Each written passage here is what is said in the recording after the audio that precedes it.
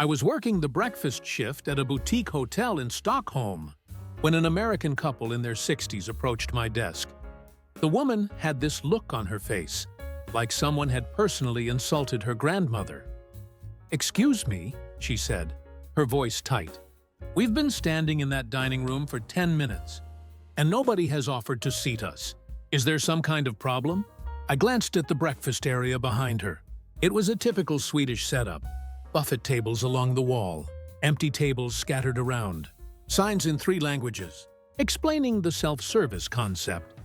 "No problem at all," I said, keeping my voice even. "The breakfast is buffet style. You can sit anywhere you like and help yourself." She stared at me like I'd just told her the moon was made of cheese.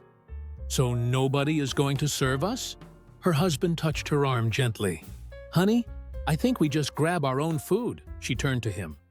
"For what we're paying per night? This is ridiculous." They eventually figured it out, but I watched her glare at me twice more during their meal. She left a handwritten note at checkout about the unwelcoming staff. That same week, a guy in his 20s from Texas checked in on a Thursday afternoon. "Nice enough, kid, here for some kind of tech conference." Around 9 p.m., he came down to the lobby looking confused. "Hey, so I wanted to grab some snacks, but the guy at the corner shop barely said 2 words to me. Did I do something wrong?" I asked what happened.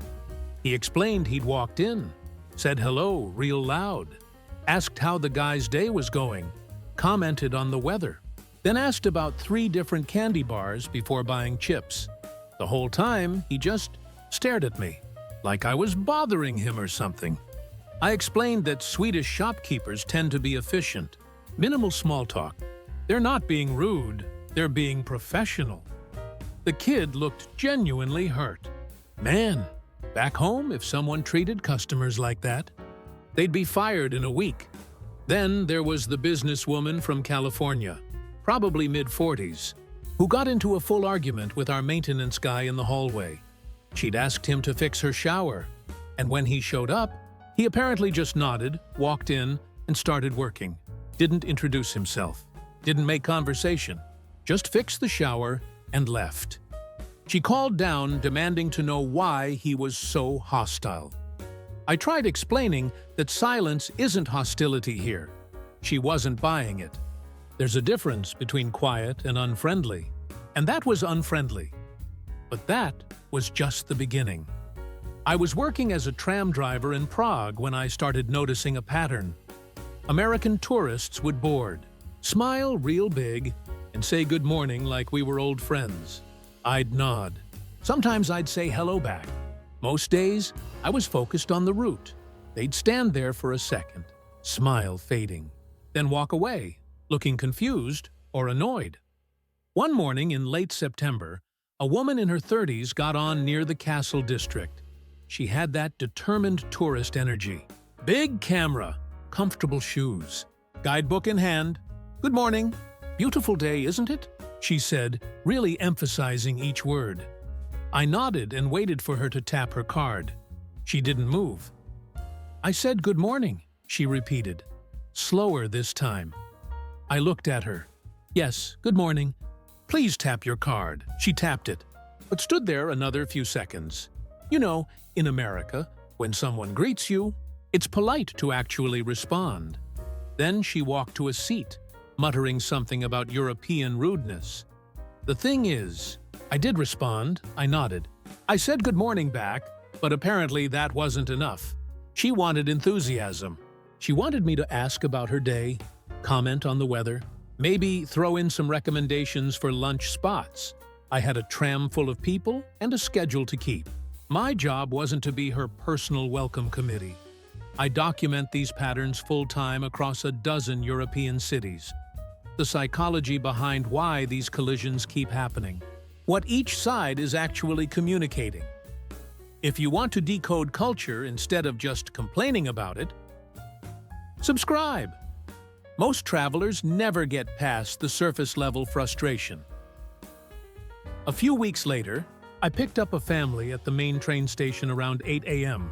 Mom, Dad, 2 teenagers. The dad was the chatty type. "Hey there, how's it going? Crazy weather we're having, right? Say, you ever been to the US?" I was pulling into traffic, watching for pedestrians, monitoring 3 different signals. "No," I said. He waited for more. I didn't give more. His wife whispered something to him. I heard her say, "Just leave it, honey." The dad tried one more time at the next stop. "So, what's the best way to get to the Old Town Square from here?" I pointed at the map above the door. It showed every stop on the line. Old Town Square was clearly marked. "That map shows everything," I said. He looked at it, then back at me. "Right, but like, which stop specifically?" I'd literally just pointed at it. "Staromieska," I said. "It's labeled." He turned to his family with this exasperated look. I guess customer service isn't a thing here. I wanted to explain that I'd given him exactly what he needed. Clear, direct information. No wasted words, but I knew from experience that wouldn't help. Americans seem to view directness as coldness. They wanted their information wrapped in pleasantries and small talk. They wanted me to perform friendliness, and when I didn't, they took it personally. The worst was a college kid, maybe 21, studying abroad. He got on every Tuesday and Thursday around the same time, for 6 weeks. Every single time, he'd try to start a conversation. "Hey man, how's your day going?" Or, "Dude, this city is amazing, right?" I'd give short answers because I was working. After about 3 weeks, he stopped trying. On his last ride, he said to his friend, loud enough for me to hear, "I swear, nobody in this whole country knows how to just be friendly." I thought about that a lot because I was friendly. I got people where they needed to go safely. I answered questions when asked. I kept the tram clean and on time, but none of that counted as friendly to him. Friendly meant performing warmth. It meant unnecessary conversation. It meant pretending we were friends. Instead of acknowledging the reality, he was a passenger, I was a driver, and our interaction had a specific purpose. I was working at a small pharmacy in Helsinki when this guy from Michigan walked in one afternoon. He needed cold medicine. Simple enough request, but the way he approached the counter made everyone in the store tense up. He came right up to my face, maybe 30 centimeters away, and started talking real loud. "Hey there! So I've got this nasty cold and I need something strong. What do you recommend?" I took a step back instinctively. He took a step forward. "I need to see some identification and your Kela card if you have one," I said, moving behind the counter to create distance. He leaned over the counter. "Kela card? What's that? I'm just here for a few days." The woman behind him in line shifted uncomfortably. We value our personal space in Finland. This guy was violating everyone's bubble. Without realizing it, I explained the system, showed him what over-the-counter options were available. The whole time, he kept leaning in, gesturing with his hands, touching the counter right where I was working. "So, this one here, how fast does it work? Like, will I feel better tonight?" Each question came with another lean forward. I kept stepping back. By the end of the transaction, I was practically against the back wall. After he left, the woman who'd been waiting behind him said, "Americans always do that." She wasn't being mean, just stating a fact they do. They get close. They touch your arm when they talk. They act like physical proximity equals friendliness. About a month later, I was covering a shift at a pharmacy near the university. A study abroad student, probably 19, came in needing birth control information. Standard procedure, except she kept grabbing my wrist to emphasize her points. No, but like, what I'm asking is, grab. Because back home we can just grab. So I'm confused about why grab. I gently pulled my arm back each time. She didn't notice, or maybe she did, but thought I was being uptight. After the 5th time, I said, "Please don't touch me." She looked shocked. "Oh my God, I was just..." I didn't mean anything by it. That's just how I talk. I explained that in Finland, we don't touch people we don't know well. She got defensive. Well, sorry for being friendly. I guess that's not allowed here, that phrase. Sorry for being friendly. I heard it so many times, as if the only way to be friendly was to ignore everyone's comfort boundaries. As if respecting personal space was the same as being cold. The pattern repeated at least twice a week. Americans at the counter, standing too close, touching products without asking, reaching across me to point at things. An older man from Florida practically had his head on my shoulder, trying to read a medication label. A woman from Ohio kept patting my hand while I was typing. A teenager from California leaned his entire torso across the counter to look at the computer screen. None of them were being intentionally invasive. They just had different standards for personal space. In America, apparently, getting close means you're engaged in the conversation. You're interested. You're warm. Here, it means you're not respecting boundaries. It means you're making people uncomfortable. I started positioning myself strategically, keeping the counter between me and customers, standing at an angle instead of straight on, using the computer as a physical barrier. My coworker noticed and started doing the same thing. "It's always Americans," she said one day. Not with anger, just resignation. We'd both learned to spot them as soon as they walked in. The loud greeting, the big smile, the immediate step forward into intimate distance, and we'd both learned to brace ourselves. I was working as a tour guide in Berlin when I met Sarah, a retiree from Arizona who'd joined my walking tour on a drizzly Wednesday morning. She seemed nice enough at first, asking questions, taking photos. Then we stopped at a cafe for our scheduled break. She ordered coffee. The server brought it to her table. She waited. The server walked away. She waited some more. Finally, she waved me over. "Is the server coming back?" I wanted to ask about pastries. I explained she could just walk up to the counter. The server wasn't going to check on her multiple times. She frowned. "That seems inefficient. What if I want a refill?" I told her to go to the counter for refills, too. She sat there processing this information, like I'd just explained quantum physics. "So they just bring the coffee and disappear?" "Pretty much, yes. German cafe service isn't the American model. They bring what you ordered. If you want more, you ask. They're not hovering. They're not checking in every 5 minutes. They trust you're an adult who can speak up if you need something." Sarah didn't see it that way. She saw neglect. At home, a server would have been fired for this level of service. The rest of the tour, she kept comparing everything to America. The public restrooms required 50 cents. This would be illegal at home. The grocery store didn't have baggers. How is this efficient? The restaurant brought the check only when requested. So you're basically held hostage until they feel like bringing it? But the real culture clash happened at a small museum near Checkpoint Charlie. We were finishing up the tour when an American guy in his 40s asked the museum staff where the nearest bathroom was. The staff member pointed down the hall and said, "Around the corner, first door on the left. Clear? Direct?" The guy stood there. "Is it okay for me to use it? Like, do I need to ask permission or pay or something?" The staff member looked confused. "I just told you where it is." The guy still didn't move. "Yeah, but you didn't say if it was for visitors or staff or what the policy is." I had to step in. "He told you where it is. That means you can use it. If you couldn't, he would have said so." The guy laughed, this uncomfortable laugh. "Wow, okay. People aren't super friendly here, huh?" The staff member walked away without responding. The American turned to me. "See what I mean? Here's what I wanted to explain, but didn't." That staff member was being completely friendly. He answered the question accurately and efficiently. He didn't waste time with unnecessary words or false warmth. He treated the guy like an intelligent adult who could follow a simple direction. But Americans seem to need their information delivered with extra reassurance and emotional cushioning.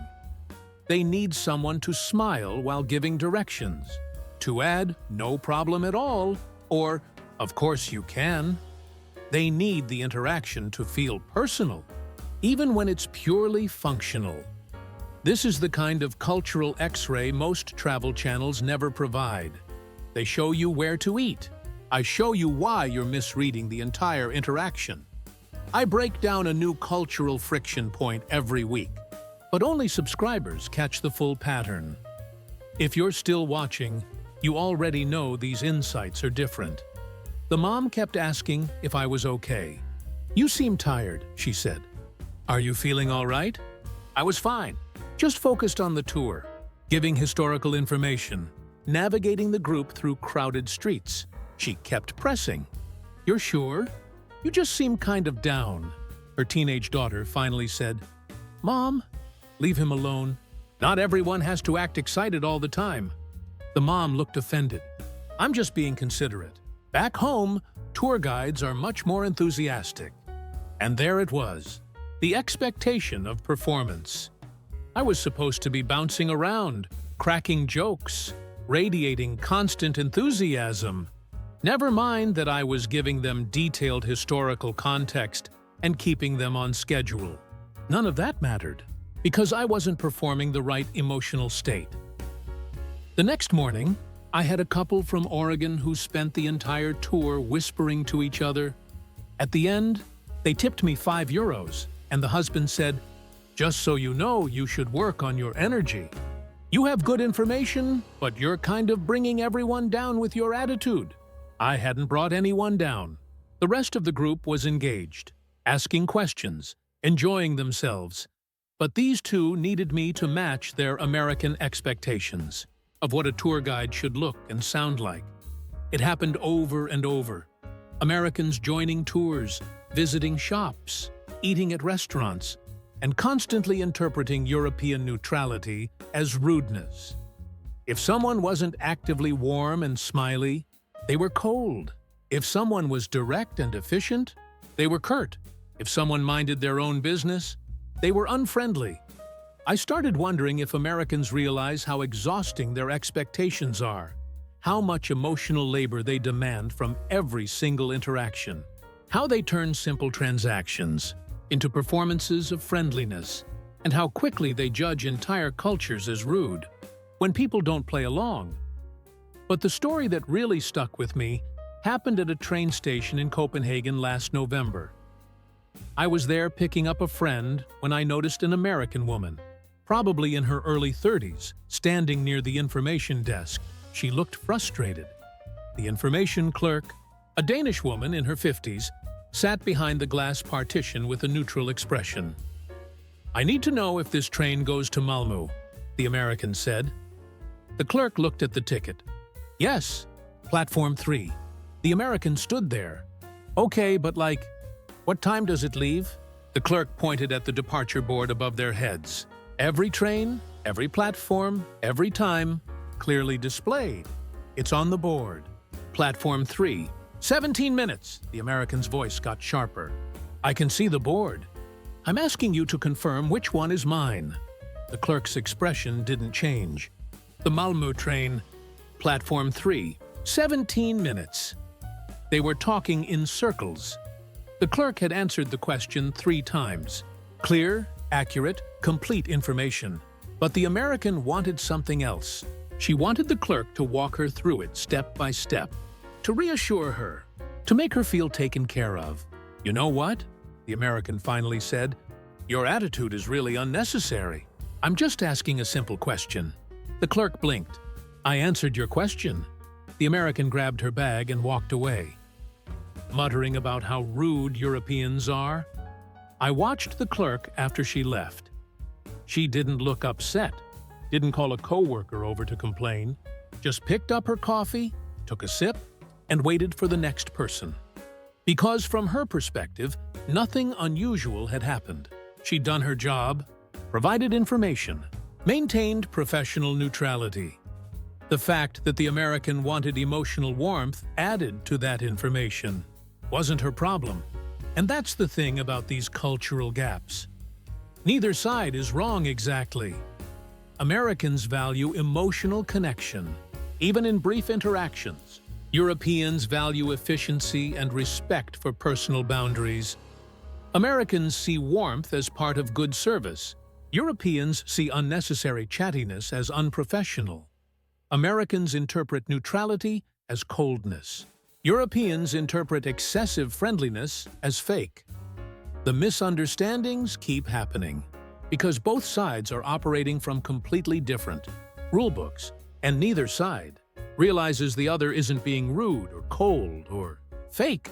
They're just being themselves, and these collisions never stop, which is exactly why I keep documenting them. Every week, I'm tracking new cultural flashpoints that travelers completely misread. The people who subscribe aren't looking for travel tips. They're looking for the operating system beneath the culture. If that's what brought you here, you already know what to do.